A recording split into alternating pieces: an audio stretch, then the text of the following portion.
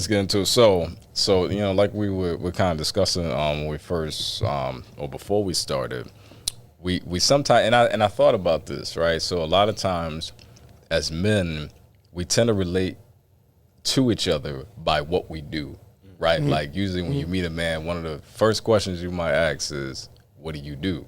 And I think a lot of times we do that is because we typically identify who we are in many ways. Not everybody, but who we are by what we do, right? Very production oriented, you know what I'm saying? That means a lot. And so as I was thinking about that, I think that's why we typically talk about our professions first, right? We spend a lot of time, what do you do in the community? You know what I'm saying? What do you do for work? And so today we're going to talk more about like who, or ask you questions more about who you are as a father, different things like that. So, I like how I did it. Why you look at me like that, man? Yeah, you did a great job. You like that? That was good. Hey, can I give a brother a little love over here? You pulled that out of nowhere, but that was a good job. So let's go ahead and start. So tell us about your fatherhood journey. So you said you're a proud father of a beautiful 1-year-old, right? Yeah, yo. In all honesty, I feel like I'm at the very, very beginning of my fatherhood journey. Like you said something that was, I mean, you said it just in the midst of your your introduction to the topic, but like talk about who you are as a father. And it's like, man, I'm really in the beginning stages of figuring that out, because you don't know. I ain't never been a dad before. Right. You know what I mean? So I'm learning everything on the fly. I didn't even have that, example in my house about what a father is supposed to be like. Gotcha. So I'm figuring all that out, as I go, kind of making this whole thing up. One of the biggest things, I guess, or I would say the simplest thing, is I'm not really trying to be anybody else, And I guess starting with a blank slate, in a way, not having that template to kind of go off of, in a way, it's a little liberating. You still have those moments of, I have no idea what I'm doing right now, right. But at the same time, I'm like, hey man, I'm just being me, and I feel like she appreciates that because I do stuff. She love me, because I'm not trying to be, let me do what a dad is supposed to do. It's like, hey, listen, either way, you can't choose who your parents are anyway. You stuck with me regardless. So this is what it is, Right. For me, that's the fun and like working with young people. Like when they come to you with like all their craziness and like all their problems, it's like not for like lack of a better term, but they like walking like crossword Sudoku puzzles. So it's like, all right, what do I got to put here to get this person to success? What ingredient is this kid missing? So I'm just always like trying to process and figure out like what's the missing ingredient to this young person's success. Yeah. And for me, like that's kind of fun because they are different, right. And like they gonna require, like they gonna give you different challenges. So some people like they might disappear on you. Some people might be too clingy. Like, so you gotta like understand that they are different and like require different approaches. So for me, it's like, I don't know, it's an artistry to like human interaction when you're working with young people. See, that's why you do it. That's why you're good at what you do. All that stuff you just explained is a lot. Like that's a lot. That's a lot of stuff to consider. And I think you really gotta have a passion for that. Otherwise you'll be burnt out and irritated and all the other stuff. Yeah, I really enjoy working with like young adults, right? Like yesterday I had an opportunity to go present at UB. So I went through the EOP program back when I was in college. And so I had an opportunity to go present to some EOP students. And like, that was cool. Like, they weren't super engaged, but like just being able to talk about like the experience that I had in terms of like navigating and like helping them. So they had like transfer students, and then so apparently there's a stigma on saying freshmen now. Right, so the institutions don't want to say freshman; they say first-time student or first-year student. I'm like, what's that about? Like, it's the same thing.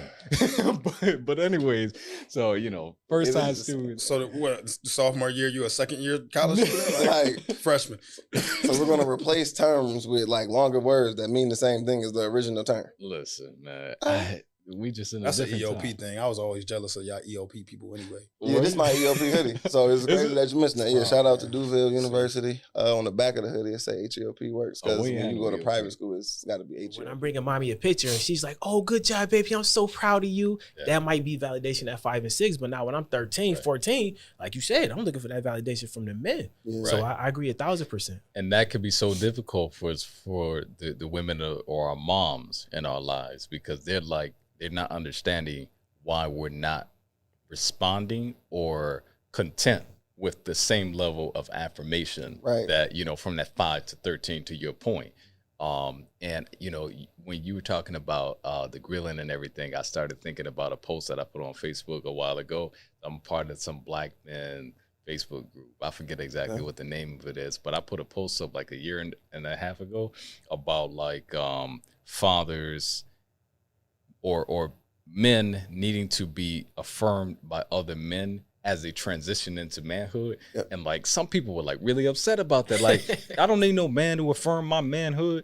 That don't make me any less than a man, blah, blah, blah, blah, blah. And I didn't necessarily say it made him any less than a man, but Right. but the point, and I shared a quote. but the point that I was making was exactly what you were alluding to around like boys at some point, as they transition into manhood and so forth, benefit and really need the help and support of other men to affirm that transition, because it just makes for a different level of like confidence. Yep. And as we go into that, where it's like you may have your mom say, "Oh, like you're becoming a man now," and there's some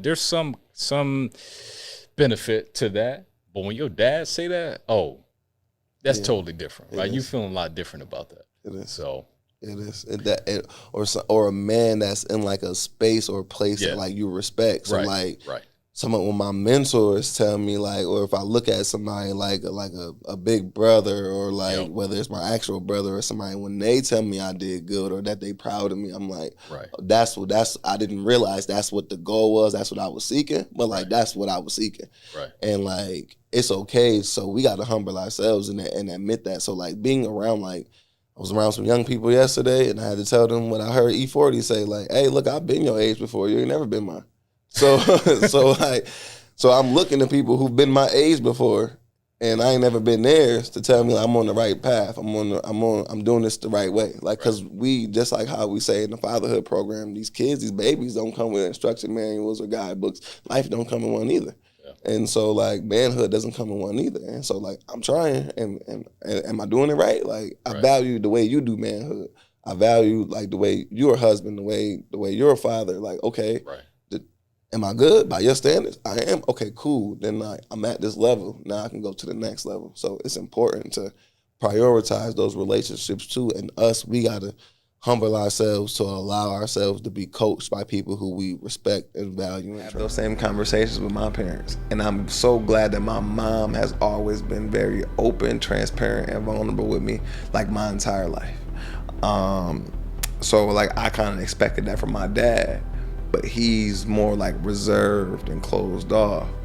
And so I always would wonder, like, my mom never spoke bad about my dad. Wish my dad was more present. Like, he was there, I would go every weekend, but he never talked, never like poured into me. So it was always like there was that father hunger that we talk about in the program. But like for me, it was just like somebody guide me. I always was like, yo, give me direction. Even to this day, like, give me direction. And it wasn't until like I was like 23 and I had a conversation with my dad and I asked him that question, like, why didn't you give me direction? And he was like, ever since you were born, I knew you was gonna be fine. I'm like, well, gee, thanks for the vote of confidence, bro, but like, that wasn't always the case. And he was like, you turned out fine. Look at you. That's crazy. You're fine. And I was just like, but there were times where like I needed you and like you wasn't dead or in jail or across town. Like you wasn't far away, bro. And like, you just wasn't there. And like, there were also times where like I conditioned myself to be like, he ain't gonna show up, so I don't wanna invite him.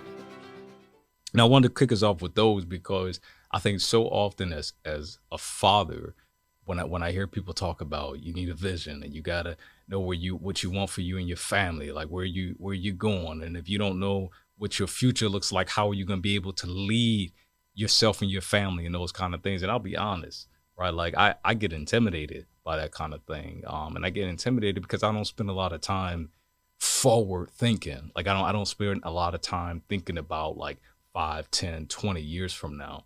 But the reality is like I have to, or like I have to, because if I'm not thinking about what I want my life, my kids' life, my wife's life to look like 5 to 10 years from now, it could look like anything, right?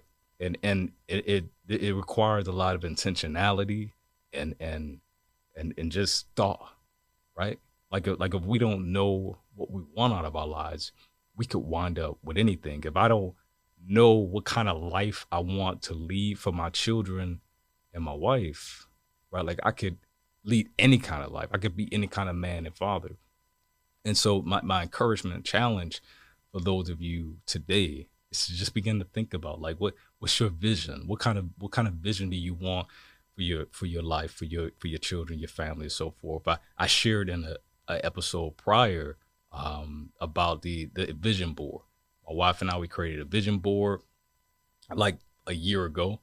And I'll be honest, like I thought it was kind of corny at first. I'm like, vision board. And I was kind of on board, like 50-50, because I'm like, on one hand, like I wanted to try it out. Like I wanted to see what would happen. And on the other hand, I'm like, this is kind of corny. I feel like I'm in 5th grade again, that kind of thing. But my wife was like, she was more on it. Like she was in a magazine, picking out stuff, whatever, Googling stuff, printing stuff offline, all this stuff. Long story short, like we actually did it, right? Like we did one like 5 years out and what have you. And in the 3rd year, one of our things was to buy a house.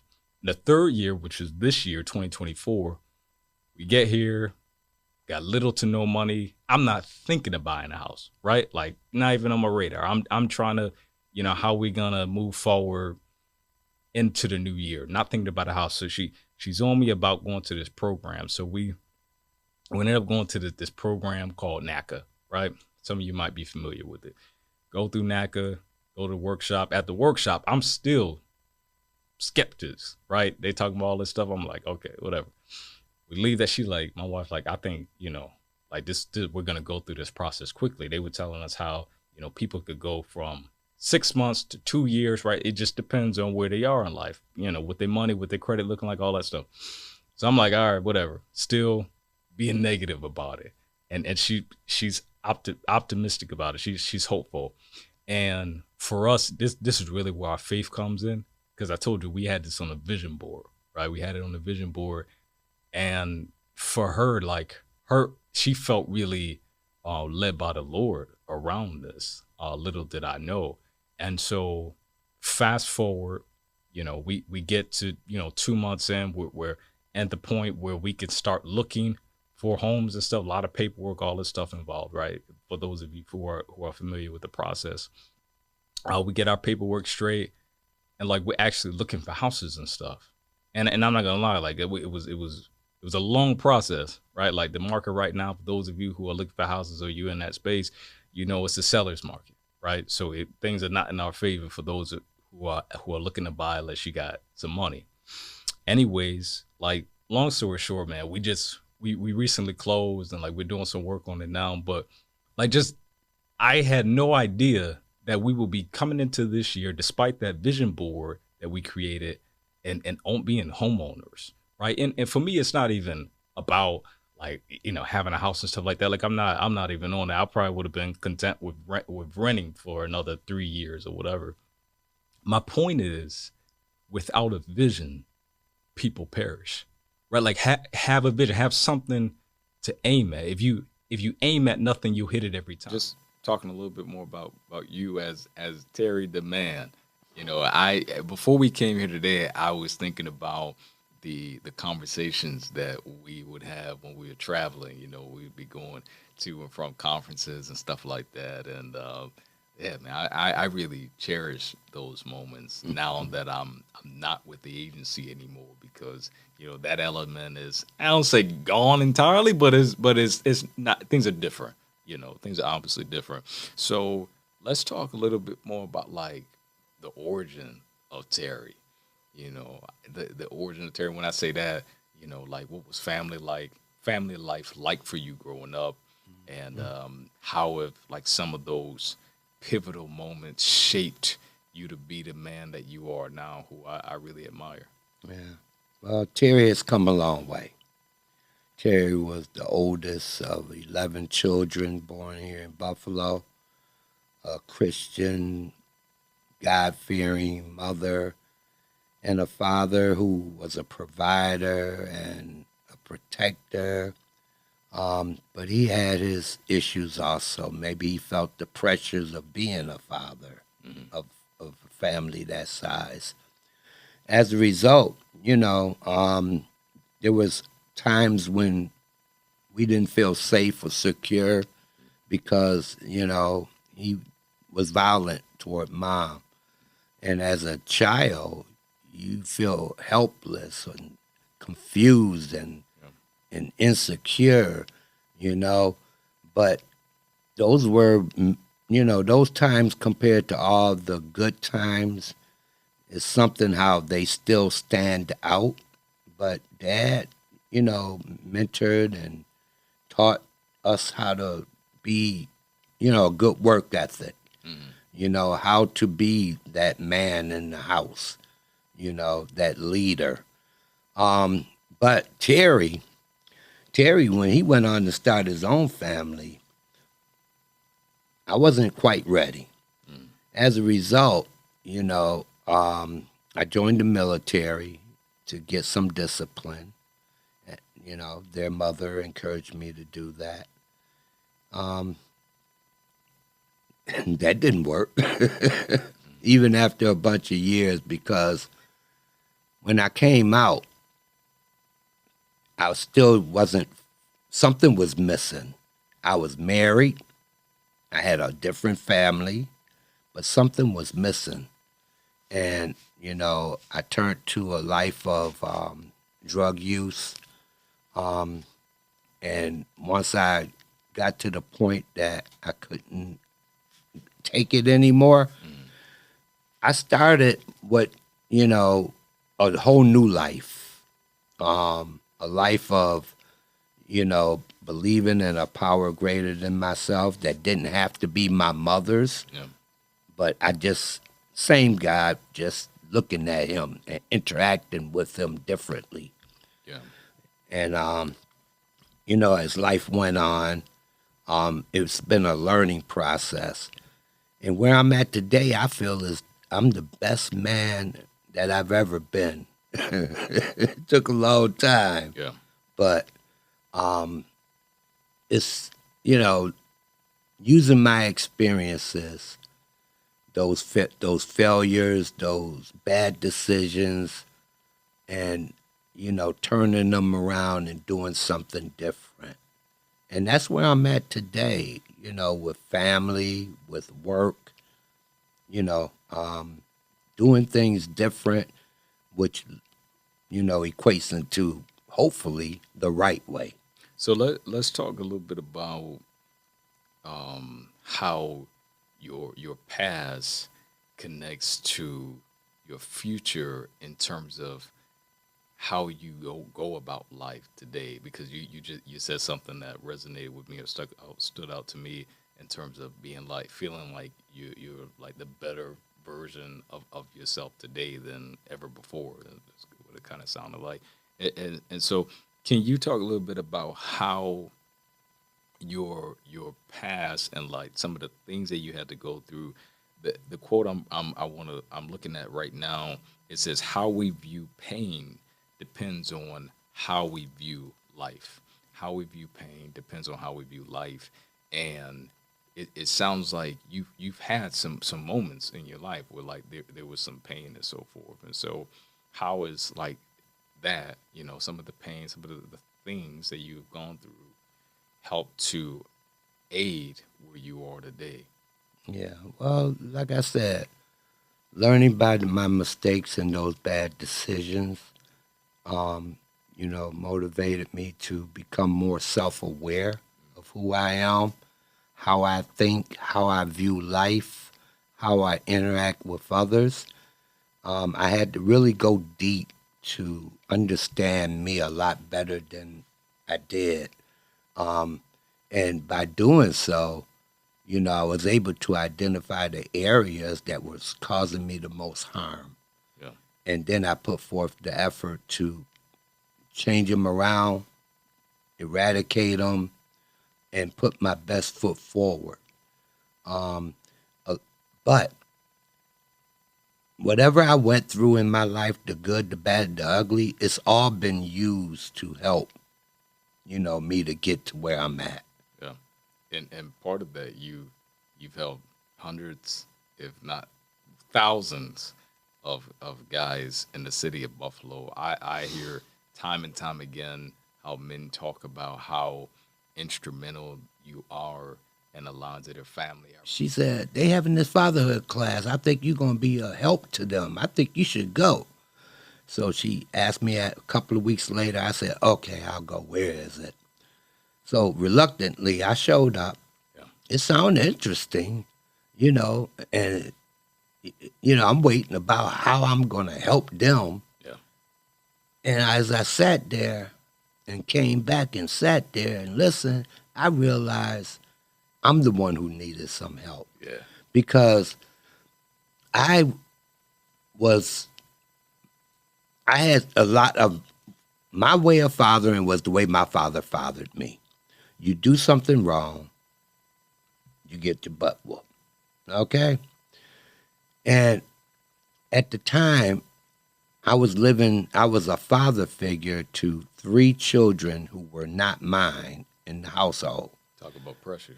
Yeah, well, they wasn't bad except for one. And that one, whatever was going on with him, he was very disrespectful to his mother, and that's something that you don't do. Let's talk about that for a minute before you go further into the story, because I think that now more than ever before, there are so many blended families and, guys who may be where you were. Mm-hmm. And so how did you work through the dynamics of those relationships, being in this house with a woman that you really loved and cared about, but also understanding that they were all a package deal and that you were going to also have to be a part of her children's lives for better or worse? And so how did you work through, like, when that, her one son didn't necessarily have the best feelings about you? Yeah, well, yes, how I worked through. We'll talk about how I worked through instead of about how I addressed it a couple of times, which is why I needed the program, the fatherhood program. But I come from a large family, so it's instilled in me to be around family, and they became my family, except for that intervention with that young man or that boy at the time. Everything, it wasn't a lot of pressure. When we got together at the birth of my son, after the birth of our son, when we got together, I held on to my own apartment for a whole year before I got on the lease with her, because we had a rocky relationship leading up to her having the child. And I had to work, there was distrust on my part. But we worked as a team.